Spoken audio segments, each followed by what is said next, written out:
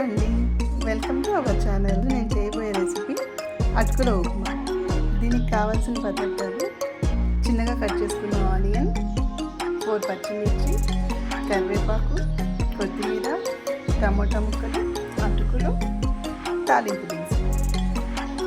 ముందుగా stove on చేసుకొని బాండీ పెట్టుకోవాలి. 2 స్పూన్స్ ఆయిల్ వేసుకోవాలి.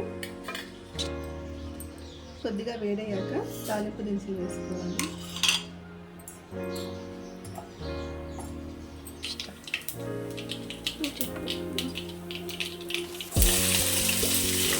కట్ చేసి పెట్టుకున్న ఉల్లిపాయలు, పచ్చిమిర్చి వేసుకోవాలి.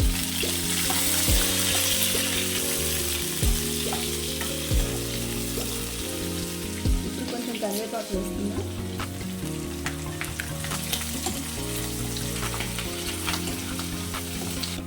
ఆనియన్ ఎర్రగా అయిన తర్వాత టమాటా ముక్కలు వేసుకోవాలి.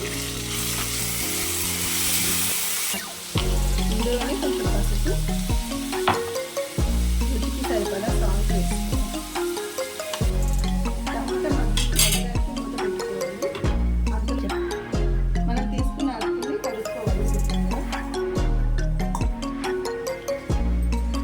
కడిగిన అటుకుని తీసి ఒక ప్లేట్లో వేసుకోవాలి.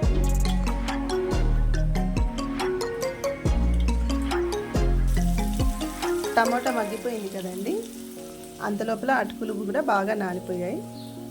ఇప్పుడు ఈ నానబెట్టుకున్న అటుకులను ఇందులో వేసుకోవాలి.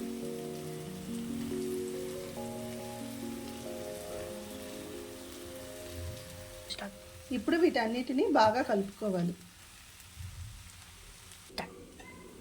బాగా కలుపుకున్న తర్వాత చివరిగా కొత్తిమీర వేసుకోవాలి.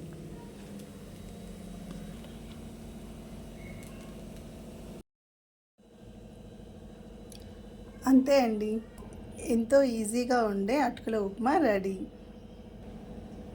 చాలా టేస్టీగా ఉంటుంది. పిల్లలు ఎంతో ఇష్టంగా తింటారు. Thanks for watching. Please like, share, subscribe for my channel.